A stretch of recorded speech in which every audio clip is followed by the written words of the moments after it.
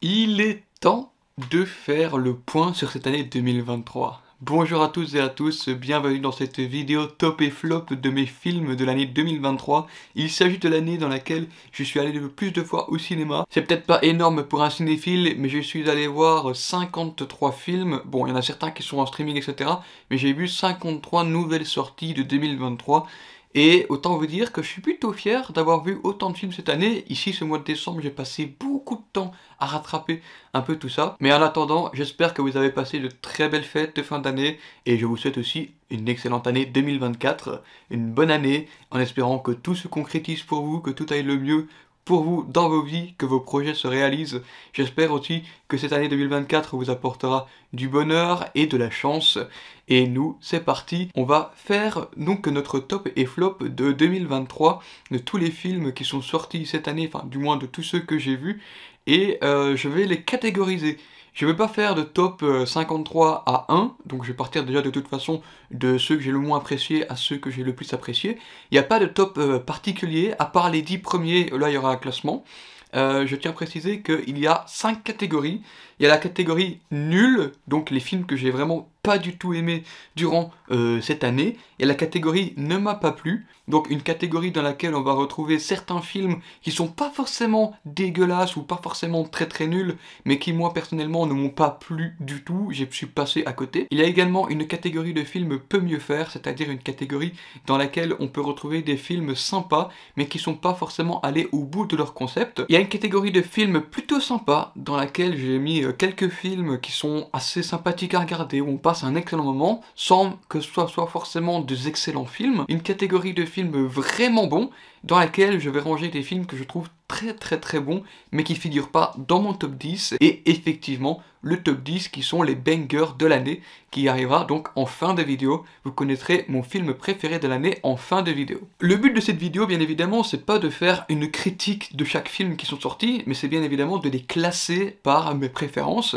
donc je vais pas trop rentrer dans les détails, je vais passer assez vite sur certains films, et peut-être un film ou l'autre sur lesquels je vais rester plus longtemps, principalement sur les films dans le top 10, je pense que je vais passer un petit peu plus de temps, mais sinon pour les autres films, je vais peut-être en balancer 2-3 d'affilée sans vraiment rentrer dans les détails. Et oui, j'en ai pas parlé dans cette vidéo, mais nouveau décor. Il est pas fini, mais nouveau décor quand même. Il y a une armoire qui va être là, qui va arriver, je vais encore poser 2-3 trucs, des décos, etc. Là, il y a un peu de lumière qui est mise, il va y avoir un petit peu de végétation. C'est pas encore tout à fait terminé, mais qu'en pensez-vous du rendu? Dites-moi en commentaire. Donc, moi, honnêtement, je suis fan. Hein. En même temps, j'ai préféré changer un petit peu. Je passe d'un endroit un petit peu plus reclus, plus claustrophobe, à un endroit un peu plus espacé. Donc, j'ai changé vraiment la disposition dans la pièce où je suis. Et ça me permet d'avoir plus d'espace. Je peux tourner debout, je peux, voilà, parler comme ça, je peux bouger. Donc, dites-moi si ça vous plaît. Et nous, on passe au top. On commence donc avec la catégorie des films nuls, des films que je n'ai pas du tout aimé cette année, et on commence avec le film The Flash, donc un film de super-héros. Je peux également rajouter Shazam, la furie des dieux, donc les deux films d'ici de cette année, en plus de Aquaman 2 que je n'ai pas vu, et Blue Beetle qui reviendra un peu plus tard dans cette vidéo. Mais globalement, Shazam 2 et The Flash sont deux films que je n'ai pas vraiment appréciés. Vous avez la critique des deux films. Bon, sur la miniature, ça peut paraître un peu meilleur que ce qu'on peut y croire, mais c'était sans savoir ce qui allait se passer ensuite avec tous les autres films, et j'ai vachement revu ces films à la baisse, une fois que j'ai vu un deuxième revisionnage à la maison. Ce sont deux films qui sont pas forcément terribles, et je les recommande pas trop. Après, on va parler d'un film inspiré de faits réels, qui n'est pas un biopic, bien évidemment, on parle de Napoléon de Ridley Scott, sorti récemment dans les salles, avec Joaquin Phoenix dans le rôle titre, et Vanessa Kirby aussi, dans un des rôles principaux. On a deux acteurs qui sont assez bons dans leur rôle, avec une histoire tellement charcutée qu'elle en devient illisible, et on a préféré mettre en avant une histoire d'amour plutôt que le côté tacticien d'un Napoléon, et malheureusement c'est pas vraiment ce que je voulais voir dans un film. Je voulais vraiment un bon biopic, quelque chose de concret, de qualitatif. Ok, au niveau de la technique, il n'y a pas forcément grand chose à dire, mais voilà, globalement c'est pas un film qui m'a transcendé, et du coup je trouve même que le fait que ce soit un point de vue d'un anglo-saxon sur l'histoire d'un empereur français, C'est assez maladroit, et il y a beaucoup de choses qui m'ont pas plu dans ce film. J'étais pas dans la séance en train de regarder mon pote à côté de moi, on disait mais c'est n'importe quoi, et c'est pour ça qu'il tombe dans mes flops du coup de cette année. Je vais passer rapidement sur Five Nights at Freddy's, film d'horreur qui est sorti donc également ici en fin d'année, plus ou moins à la période d'Halloween, film qui a cartonné au box-office, et je comprends, parce qu'il y a tout l'engouement autour du jeu, c'est quand même une grosse franchise de jeux vidéo qui est très connue et très appréciée dans le milieu, mais moi, ayant joué à certains des jeux, je n'ai pas du tout trouvé que ce film mettait en valeur le jeu vidéo. Après, on va parler d'une adaptation live-action, qu'il s'agit de Peter Pan et Wendy, et oui, le remake live-action de Disney. Premier dessin animé, je crois, qui était des années 50, mais bon, voilà, le live-action, quelle catastrophe. Quelle catastrophe. Le pays imaginaire qui ne donne même pas envie, c'est des falaises désertes, c'est gris, c'est pas beau, ça te donne pas envie de voyager comme dans la version animée, et puis les personnages sont pâles, il n'y a aucun intérêt avec certains des personnages, ils sont osef. Et il y a beaucoup de problèmes dans ce film. On va également parler de Rebel Moon, sorti encore plus récemment sur Netflix de Zack Snyder. Désolé Zack Snyder, j'ai pourtant aimé la Snyder Cut, j'ai pourtant aimé Watchmen, j'ai pourtant aimé 300, mais Rebel Moon, c'est ton pire film. Je suis désolé Zack Snyder, il n'y a rien qui va. Le film est charcuté, c'est juste un montage d'éléments badass, etc. Un abus de slow motion, des personnages qui sont pas du tout développés, il n'y a aucune alchimie entre les personnages, et je trouvais ce film ennuyeux à mourir. Je suis désolé pour tous les fans de Snyder et du Snyderverse, mais il faut bien l'avouer que ce film n'est pas bon du tout. Et on passe donc à mon plus gros flop. Je viens dire directement, je pense que c'est le pire film que j'ai vu cette année. Il s'agit de Ghosted. Et oui, film sorti sur Apple TV+, avec comme acteurs principaux Chris Evans et Ana de Armas. Et je pense sincèrement que pour ces deux acteurs, ils ont tous les deux le pire rôle qu'ils ont joué au ciné. C'est même pas au ciné, c'est sorti en streaming. Il n'y a rien qui va, les coiffures, maquillage, c'est hideux. Les décors en fond vert qui sont très mal faits. Un scénario basique au possible, il n'y a rien qui va dans ce film, bref, je le recommande pas du tout. Alors maintenant, on va passer à une catégorie de films qui sont pas forcément mauvais, mais que je n'ai pas apprécié moi-même, donc je vous précise bien évidemment que c'est mon top et flop, donc c'est subjectif, donc ne me frappez pas dans les commentaires, je sais qu'il y a quand même pas mal de films qui ont été appréciés par beaucoup de personnes, mais s'il vous plaît, ne me frappez pas. On commence avec Wonka. Voilà, vous allez voir la critique, il n'y a pas grand chose de plus à dire, mis à part que le côté musical m'a complètement sorti du film. Juste après, on a le film The Clone de Tyrone. Alors, c'est un film qui est assez... pas mauvais. On va dire que c'est un film qui est pas mauvais, on va dire dans son ensemble, mais c'est un film qui ne m'a pas transcendé plus que ça, vu le concept, vu les acteurs. On a Jamie Foxx, on a John Boyega, aussi Teyonah Parris, des excellents acteurs, mais... je sais pas, j'ai l'impression d'être passé à côté du film, d'être passé à côté du concept, et ça ne m'a pas convaincu plus que ça du tout. On a ensuite le film No Hard Feeling, donc le challenge en français avec Jennifer Lawrence dans le rôle principal. Ça fait bizarre de voir Jennifer Lawrence dans un film comédie, et j'ai envie de dire, qu'est-ce que tu fous là? Enfin, je sais pas. C'est un film, une comédie, qui est pas forcément mauvaise, une fois de plus, mais voilà, j'en suis sorti un peu mitigé, voire pas convaincu du tout. C'est pour ça qu'il va donc dans mes flops. On a ensuite un film avec Ben Affleck dans le rôle principal et réalisé par Robert Rodriguez. Il s'agit du film Hypnotique, sorti une fois de plus en début d'année au cinéma. Et c'est un film que je qualifierais de pauvre dans son scénario, et je dirais même que c'est un Inception du pauvre, dans le sens où Robert Rodriguez nous a habitués à voir des films qui semblent être un peu parodiques par moments, etc. Ici, on a un film qui essaye de se prendre au sérieux, mais qui ne comprend lui-même pas son sujet, ce qui fait que ça nous perd un peu de nous en tant que spectateurs. On essaye de comprendre, mais on n'y arrive pas, ce qui fait que ce film ne m'a pas plu. On va parler un peu d'un film belge, je pense que très peu de personnes l'ont vu, mais moi je l'ai vu en avant-première avec la réalisatrice du film, Ève Duchemin. Il s'agit du film Temps mort, donc réalisé par Ève Duchemin. C'est l'histoire donc de 3 prisonniers qui ont donc une permission pendant des fêtes pour retourner auprès de leur famille, et c'est une histoire que j'ai pas trouvée forcément fascinante et qui était plutôt ennuyeuse. C'est pas du tout mon type de film, je voulais essayer, mais voilà, ça ne m'a pas plu une fois de plus. Et on termine cette catégorie, ça ne m'a pas plu, avec un film, je sens que je vais me faire tabasser en commentaire. Il s'agit du film Yannick. Alors, je peux comprendre que c'est un film que beaucoup de personnes ont apprécié, etc. Mais selon moi, il n'y a que l'acteur Raphaël Quenard, donc qui joue le rôle de Yannick, qui porte le film à lui tout seul. Je sais pas pourquoi, le personnage joué par Pio Marmaille ne m'a pas du tout transcendé, je suis passé complètement à côté, et je trouvais qu'il jouait mal, malheureusement. Et Blanche Gardin, quand elle faisait des vannes, etc., il y a une certaine tension dans ce film, et en même temps on essaye de désamorcer avec certaines vannes, etc., un peu du côté nerveux, mais ça ne m'a pas fait rire, honnêtement, j'ai esquissé peut-être un petit sourire, mais le film ne dure qu'une heure, mais pourtant il m'a paru une petite heure de plus, et voilà, autant vous dire que j'ai pas passé un excellent moment devant ce film, bien que l'idée, le scénario, le concept, la complexité du personnage de Yannick est plutôt intéressante, mais dans son ensemble, c'est pas un film qui m'a plu du tout. On arrive dans la catégorie peut mieux faire. Cette catégorie, je le rappelle, est une catégorie de films que je trouve sympas, mais qui sont pas forcément allés au bout du concept, ou qui ne l'ont pas assez exploité selon moi, et qui résulte d'un résultat assez moyen. Je vais commencer avec le film Élémentaire, le Pixar de cette année, qui était sympathique. On avait un concept intéressant, et une fois de plus, j'ai envie de dire qu'ils sont pas forcément allés au bout du concept. C'est un film où j'ai passé un bon moment devant, je me suis pas forcément ennuyé, mais j'en suis ressorti un peu déçu, dans le sens où je m'attendais à un plus de la part de Pixar. Ensuite, on a le film de Ari Aster avec Joaquin Phoenix, je parle de Beau is Afraid, donc sorti également cette année. Il a fait combien de films, je crois? 2 films, donc avec Napoléon. Beau is Afraid, donc porté par un Joaquin Phoenix assez torturé par les maladies, l'idée, la paranoïa en fait, c'est un gars qui a peur de tout.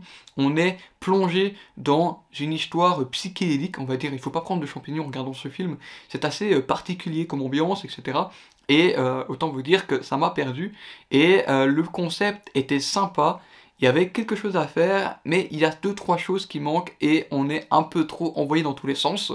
Et voilà, donc je trouve que le fil conducteur est un petit peu trop éparpillé. On arrive ensuite avec un film français, il s'agit des Trois Mousquetaires d'Artagnan, réalisé par Martin Bourboulon, avec comme rôle principal François Civil ou encore Romain Duris. Un film assez sympathique, moi qui suis pas très fan en général du cinéma français, j'ai passé un plutôt bon moment, j'ai pas vu les Trois Mousquetaires Milady, et j'ai pas forcément envie de le voir, mais je tiens à préciser quand même que le premier film était assez sympathique, sans non plus casser 3 pattes à un canard, c'était assez sympa comme divertissement, mais je vais pas retenir ce film comme étant le meilleur de l'année. J'ai maintenant envie de vous parler du film Haunted Mansion, dont j'ai déjà fait une vidéo sur la chaîne où j'ai parlé de la maison hantée, les comparaisons avec la maison de Paris. Si ça vous intéresse, allez voir les historiques, etc. C'est très intéressant, j'ai adoré tourner cette vidéo avec un pote. Et voilà, Haunted Mansion est un film Disney, on le sent que c'est du côté Disney, tout public, etc., où on parle quand même de maisons hantées.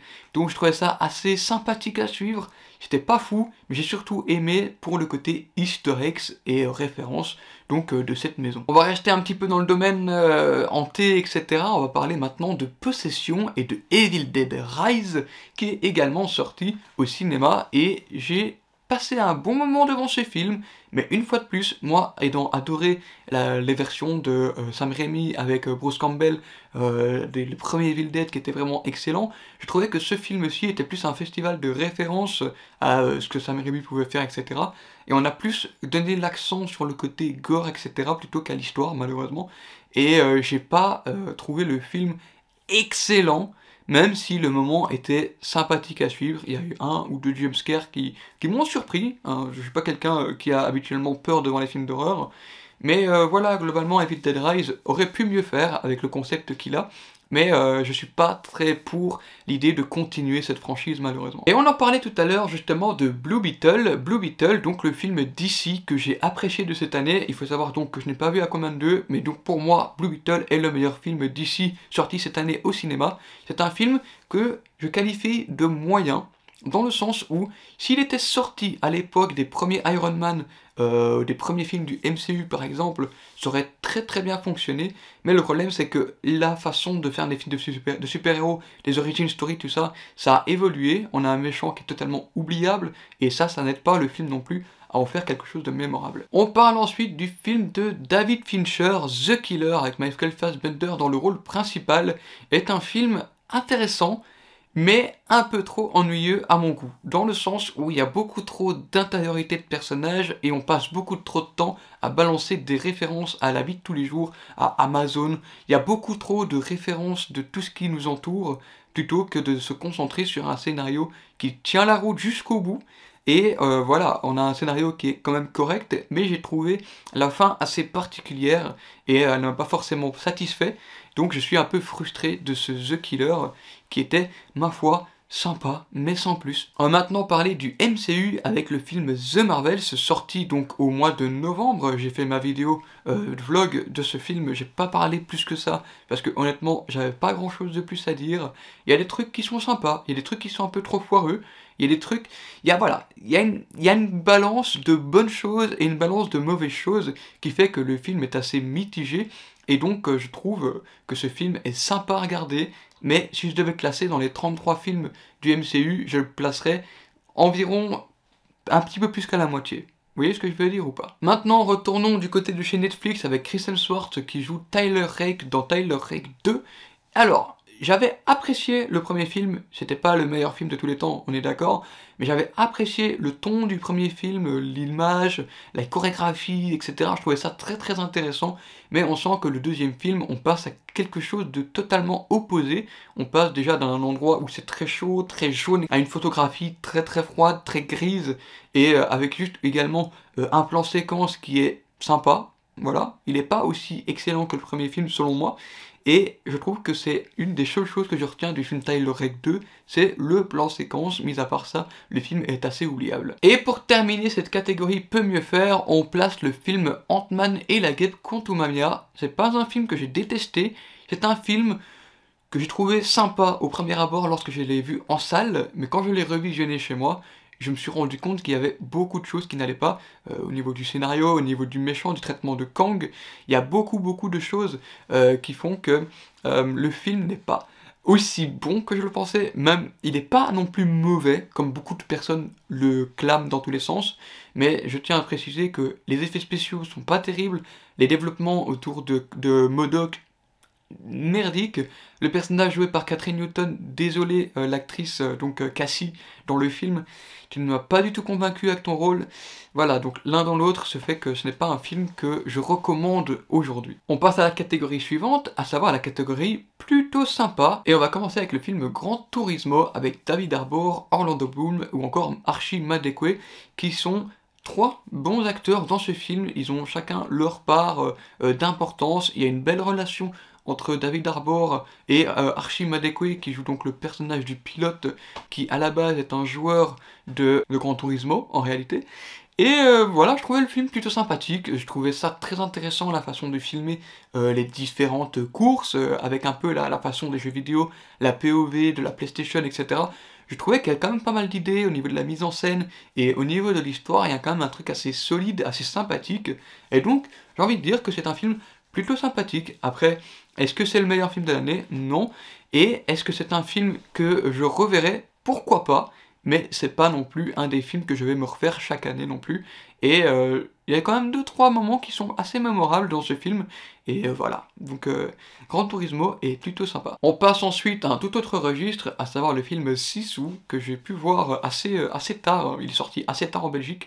Et autant vous dire que Sisu, c'est juste un John Wick du pauvre. Si vous voulez juste vous détendre, voir quelqu'un casser la bouche à des nazis, faites-vous plaisir. Sisu est là pour vous. C'est sanglant, c'est drôle, c'est fun, tu vois. C'est pas...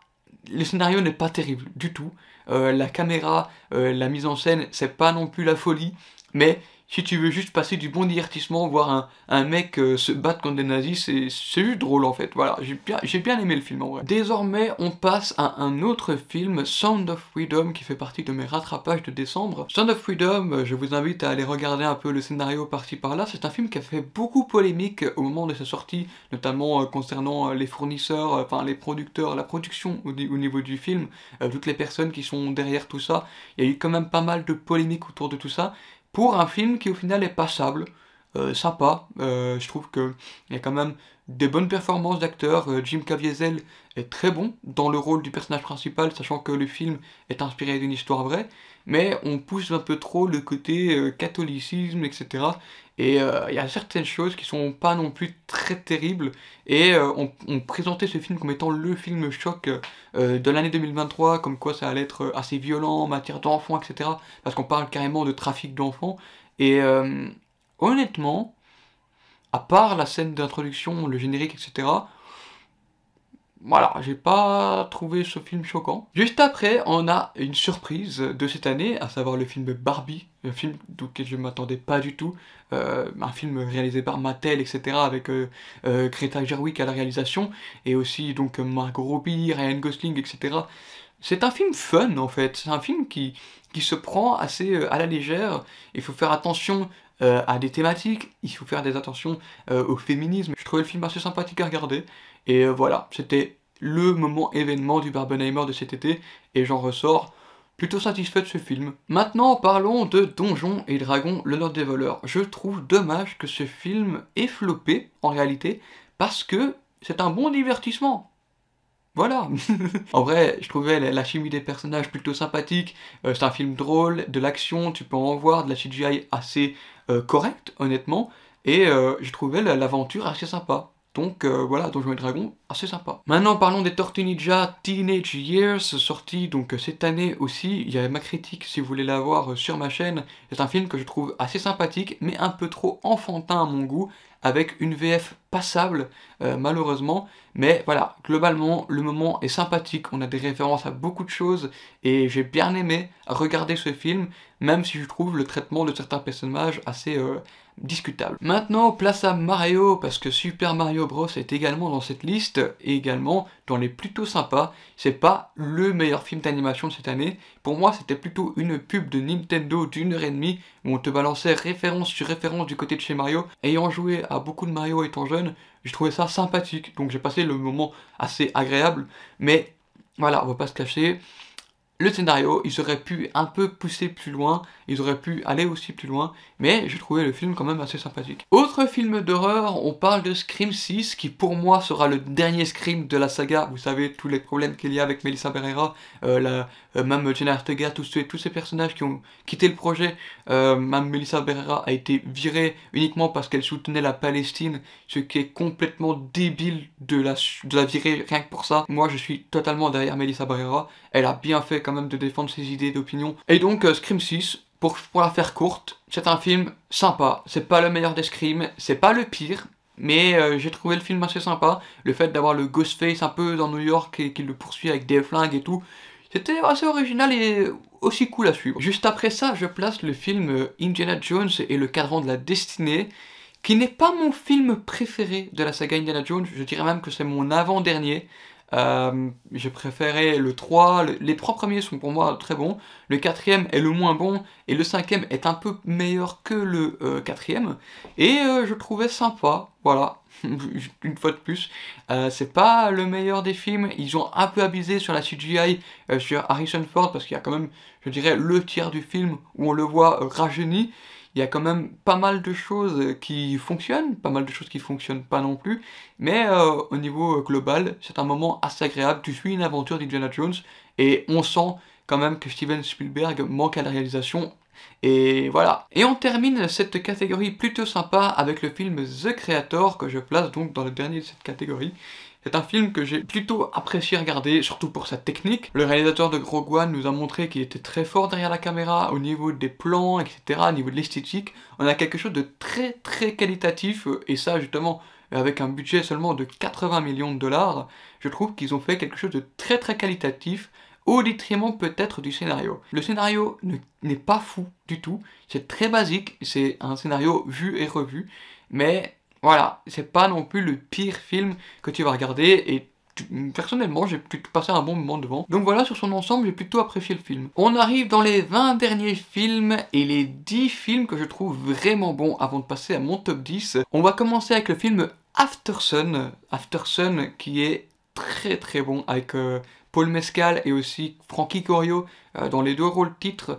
Très très intéressant, l'histoire d'un père et sa fille pendant des vacances, c'est la fille qui se remémore de ses vacances. Je trouve ce film très très touchant, avec une relation père-fille très très attachante aussi, et on a un mystère qui plane sur le père tout au long du film, et tu te rends compte en réalité, voilà, je ne veux pas spoiler, mais qu'il y a quelque chose qui traîne derrière tout ça, et je trouvais ce film assez bon et très attachant, avec une réalisation très intéressante. J'ai bien aimé la mise en scène, la façon de faire, je trouvais le film très très bon. Juste après, on passe à un des derniers films que j'ai vu cette année. Il s'agit de Saltburn, sorti sur Prime Video avec Barry Keoghan ou encore Jacob Elordi, Rosamund Pike, plein d'acteurs quand même assez bons et assez connus, et ils font tous leur taf. Barry Keoghan, je crois, si je me trompe pas, je regarde dans tous les films que j'ai vus avec lui, c'est peut-être sa deuxième meilleure performance après les Banshees d'Inisherin. Il était phénoménal dans les Banshees d'Inisherin, et je trouve qu'il est très très bon dans Saltburn. C'est un gars qui est frustré, un gars qui est assez reculé, qui se transforme tout au long du film, et cette histoire m'a complètement bluffé. Il y a deux plot twists dans ce film qui sont plutôt bien amenés, je ne m'y attendais pas. Et je trouve le film globalement très bon de par sa réalisation, la narration que je trouve excellente, vraiment une très bonne narration selon moi, et Jacob Elordi aussi excellent, on le vend vraiment comme étant le sex symbole de ce film, on le met en avant vraiment tous les traits masculins, etc. Et c'est un film assez particulier à regarder, hein, j'ai envie de dire, c'est très glauque, mais il y a quelque chose qui te fait donner envie de continuer et de savoir la suite, et c'est ça que j'adore avec ce film, c'est qu'il nous tient en haleine, et voilà, je recommande Saltburn. On passe ensuite à, je pense, mon film d'horreur préféré de cette année, When Evil Lurks, donc c'est un film argentin, si je ne me dis pas de bêtises, qui est très très bon, franchement, très dégueulasse, mais quel plaisir! C'est un très bon film d'horreur, je vais pas en dire plus que ça, sinon je spoilerai le film, donc allez le voir si vous en avez envie. Et on enchaîne avec John Wick 4, qui est aussi un des films que je trouve très très bon, et peut-être mon John Wick préféré, après le premier qui est pour moi le meilleur John Wick, mais le John Wick 4 est pour moi déjà meilleur que le 2 et Parabellum, donc je trouve que John Wick 4 est très bon, les couleurs, la photographie, la mise en scène, les chorégraphies de combat,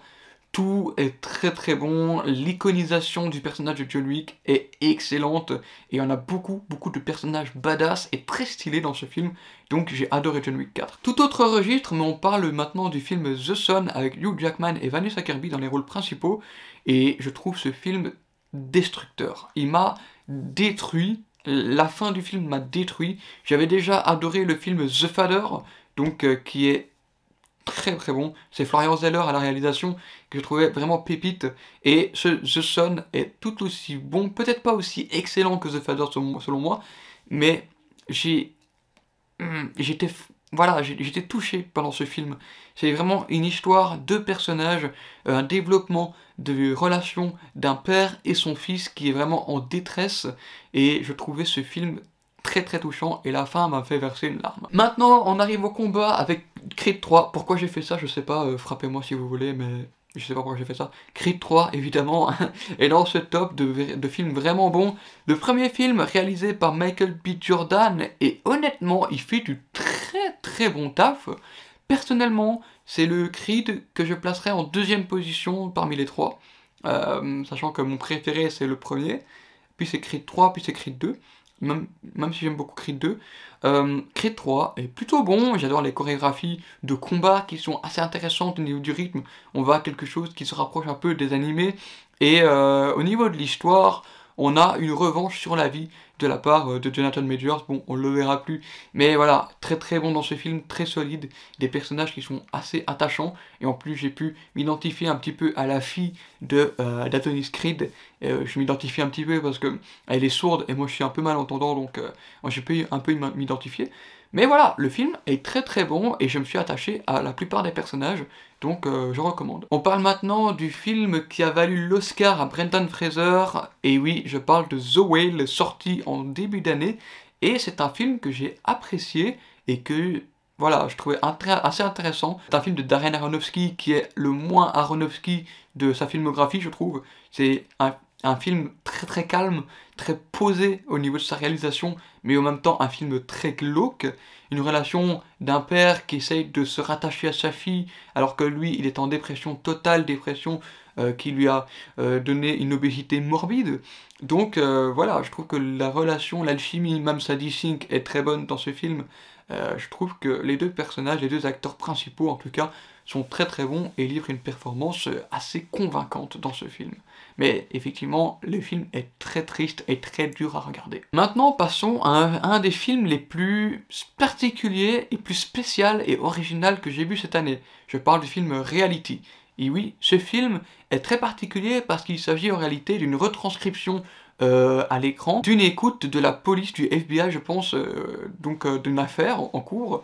Et il faut savoir que dans ce film, je pense que 99% des dialogues sont vrais, et donc de tout ce qu'on essaie de représenter, je pense que 99% est vrai, et je trouvais ce film très intéressant dans la façon dont ça a été réalisé, dans sa mise en scène, et beaucoup de choses qui sont floutées, donc tout ce qui est censuré en fait, c'est pas mal mis en scène aussi dans le film, et j'étais intrigué du début à la fin, parce que je pense qu'on apprend seulement vers la moitié du film ce qui se passe réellement dans le film en fait.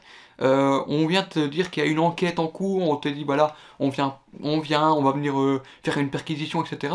Mais je pense que tu n'apprends qu'à la moitié du film. Je pense que le film il fait 1h20, je crois que tu apprends à 3/4 d'heure de film que ce qui se passe réellement. Et c'est très intéressant, Sydney Sweeney est excellente dans ce rôle, ça la change totalement de tous les rôles qu'elle a pu faire auparavant. C'est un rôle qui est beaucoup plus dramatique, beaucoup plus sérieux, beaucoup plus... Voilà, très sérieux, voilà. C'est ça le mot en fait. Et j'ai vraiment apprécié ce film, très bon. Et il vaut mieux le regarder en version originale plutôt qu'en français. Parlons maintenant du film Maestro, réalisé par Bradley Cooper, avec Bradley Cooper et aussi Carey Mulligan. Ce que je retiens du film, c'est la performance des deux acteurs, Carey Mulligan qui a porté le film tout aussi bien que Bradley Cooper. Bon, on sent que Bradley Cooper fait ce film pour aller vers les Oscars et essayer de remporter des récompenses. S'il doit remporter une récompense, je pense que ce serait la récompense des meilleurs maquillages esthétiques. Quand on nous fait un Leonard Bernstein assez vieux, je trouve que c'est... Mais le maquillage de la vieillesse sur Bradley Cooper est incroyable. J'aurais vraiment cru que c'était lui en vieux, mais je suis sûr que c'est incroyable. Et globalement, ce film est sympathique. Il se vend vraiment comme étant un bon film biopic, etc. J'ai passé un bon moment devant ce film, et il y avait quelques idées sympathiques, des scènes assez intéressantes. On veut laisser les personnages jouer, et globalement, je trouvais le film assez intéressant. Malheureusement, un peu trop superficiel sur la carrière du compositeur qui était Leonard Bernstein. Et on a passé un peu trop de temps sur sa relation avec sa famille, etc., plutôt que sur le côté artiste et ce que lui avait valu sa renommée. Mais globalement, c'est quand même un bon film, et je recommande à tous ceux qui ont envie de passer un bon moment devant ce genre de biopic. Je suis désolé, j'avais complètement zappé, mais j'ai aussi le film Equalizer 3 que j'ai complètement oublié de mettre dans ma liste et je le place à 7e placement. Aussi un très bon film avec Denzel Washington, le 3e de la trilogie Equalizer et qui est personnellement mon préféré. On part sur un Equalizer qui est un peu plus âgé, qui part à la retraite et qui se retrouve donc en Italie pour mener une dernière bataille. J'ai beaucoup apprécié les chorégraphies de combat, l'histoire et la belle fin pour Denzel Washington dans le rôle. Donc Equalizer 3 est aussi une réussite à mon sens. Le dernier que je mets dans cette catégorie vraiment bon, c'est un film qui est tout frais dans ma tête, parce que c'est le dernier film que je verrai de 2023. Il s'agit de Next Goal Wins, donc une équipe de rêve réalisée par Taika Waititi, qui selon moi est peut-être le film que j'ai le plus apprécié de Waititi. Alors j'en ai pas vu beaucoup, des films de Waititi. J'ai vu Thor Ragnarok, Thor Love and Thunder, Jojo Rabbit, et maintenant une équipe de rêve. Ça fait 4 films. C'est pas énorme d'un réalisateur. Et je pense que ça doit se battre avec Jojo Rabbit, mais les deux films sont pour moi très bons. On a une histoire de Michael Fassbender qui va donc retrouver les Samoa américaines, etc. Et c'est drôle, c'est du Taika Waititi, c'est touchant, on a une réalisation efficace, pas folle, efficace. Et je me suis attaché au personnage, en plus j'aime bien le foot, donc je trouvais vraiment l'histoire assez intéressante à suivre, et plutôt bien réalisée, donc voilà. Ok les gars, on passe désormais à mon top 10 des films de l'année 2023, j'espère que vous êtes prêts, parce que moi j'ai hâte de vous parler de mon top 10, je vais vous parler d'abord du 10e jusqu'au 1er, Et on commence à la 10e place avec Killers of the Flower Moon, qui est le dernier Scorsese avec Leonardo DiCaprio, Robert De Niro dans les rôles principaux.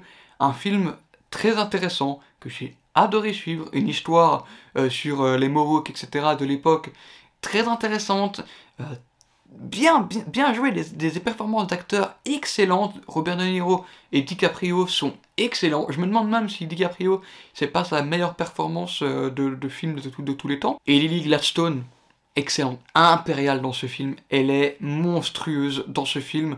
On a que des excellents acteurs, une réalisation aux petits oignons, très bien joué. C'est prenant. Le film est un peu long, mais franchement, moi, les 3 heures, j'ai pas forcément vu le temps passer, et je trouvais ce film très bon. Je le recommande à tous les fans de Scorsese. C'est peut-être un des meilleurs de Scorsese, et franchement, il est excellent, foncez le voir. Alors, pour la 9e et 8e place, je me suis un petit peu battu avec moi-même, parce que je savais pas qui placer en 9e et en 8e, parce que pour moi, les deux films qui vont arriver sont assez égaux, je veux dire, enfin, mon ressenti par rapport à ces films est assez égal, et j'ai envie de placer en 9e position Les Gardiens de la Galaxie Volume 3, et en 8e position, Spider-Man Across the Spider-Verse. Alors, ce sont deux films qui se battent selon moi. Déjà, j'adore l'univers Marvel, ça vous n'êtes pas sans le savoir. Les Gardiens de la Galaxie Volume 3 est pour moi un top 3 des films du MCU. Il est excellent en tout point, il y a énormément de choses qui sont excellentes dans ce film. Et d'un autre côté, on a Across the Spider-Verse qui est le meilleur film d'animation que j'ai vu depuis ces dernières années. Et voilà, honnêtement, je trouve qu'il n'y a pas meilleur film d'animation que Across the Spider-Verse. Des cliffhangers, t'en as, de la tension, c'est dingue, une écriture folle, aussi bien pour Across the Spider-Verse que pour les Gardiens de la Galaxie, qui nous donne une dernière danse avec les gardiens que l'on connaît.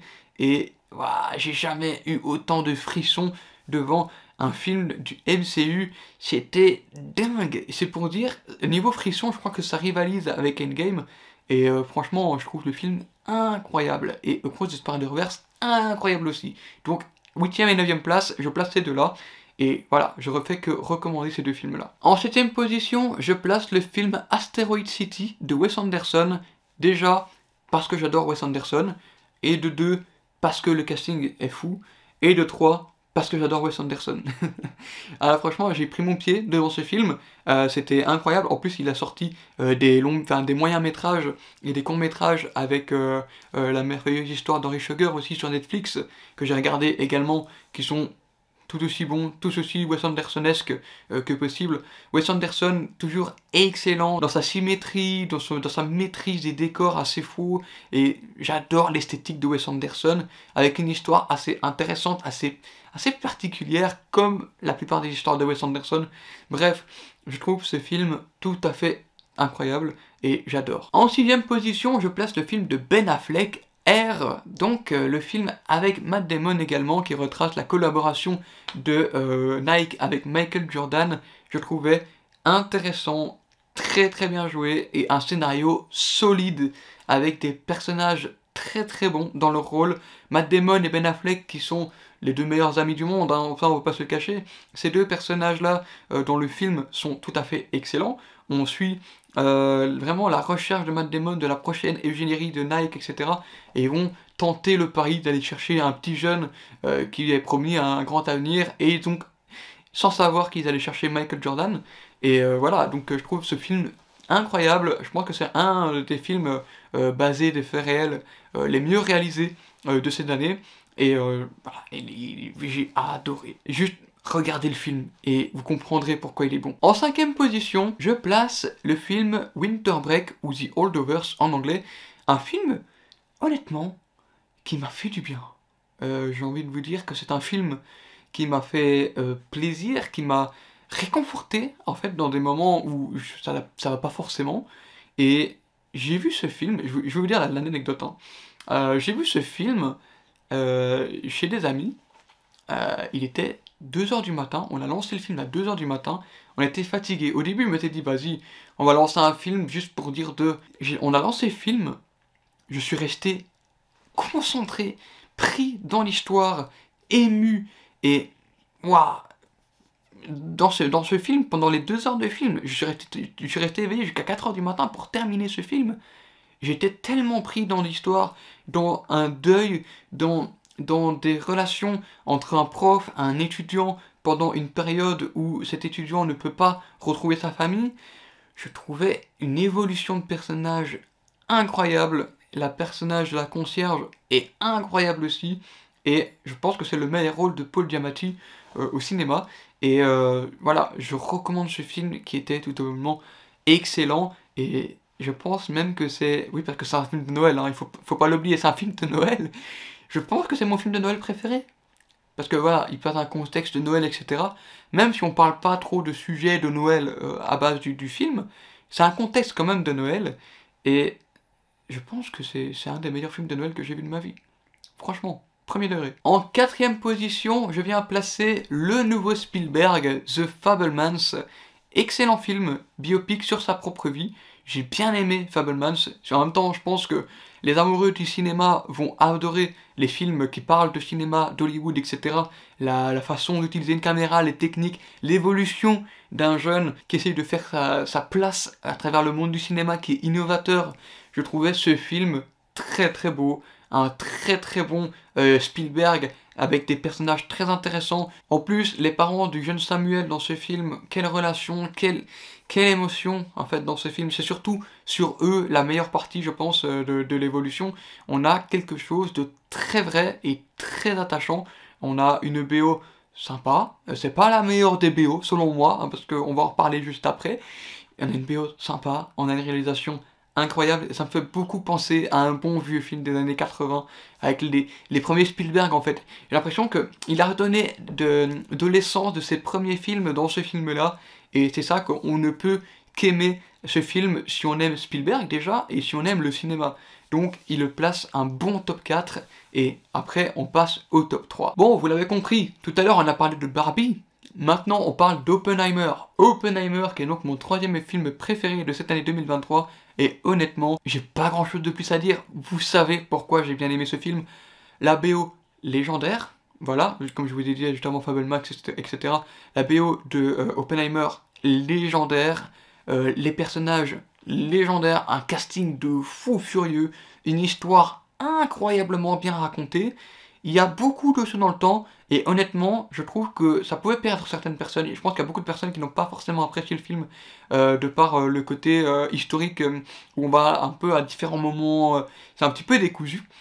Mais honnêtement, je trouve que ça avait chaque fois sa place dans l'histoire, et on avait quelque chose de très intéressant. Performance de Robert Downey Jr., incroyable, je pense qu'il va remporter l'Oscar du meilleur second rôle. Et on a également un Cillian Murphy impérial dans son rôle, et Florence Pugh, Emily Blunt, excellente également. On a Matt Damon qui est très bon. On a énormément d'autres acteurs qui sont excellents. Rami Malek, on le voit pas beaucoup, mais quand il est là, c'est incroyable. Enfin bref, Oppenheimer, un des meilleurs films de Nolan. Je pense qu'il est dans le top 3, selon moi, dans mon top 3 des films de Nolan. Donc, c'était vous dire à quel point ce film est incroyable. On passe à mon top 2, et ça peut étonner beaucoup de personnes, mais en 2ème position, je place le film Empire of Light. Oui, Empire of Light. Un film qui parle de salle de cinéma, qui parle de cinéma, de projection, de personnages. Et Olivia Colman, il faut savoir qu'Olivia Colman est une de mes actrices préférées. Waouh, quelle performance tu nous sors dans ce film, c'est très touchant, c'est un film qui, un peu comme Winter Break, me fait un peu de baume au cœur, qui me réconforte. Je trouve que c'est un film très réconfortant, avec un petit plot twist aussi dans ce film, très intéressant. Et je trouve ce film très très beau. C'est réalisé par Sam Mendes, donc le gars qui est derrière 1917. Et on a un film très beau visuellement. On a un film qui est très fort au niveau des relations entre personnages. J'ai adoré suivre ce film. Et je l'ai déjà revu. Je l'ai déjà revu 3 fois, je crois, ce film.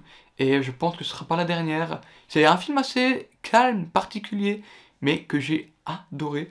Et voilà, il est disponible, je crois, déjà sur Disney+.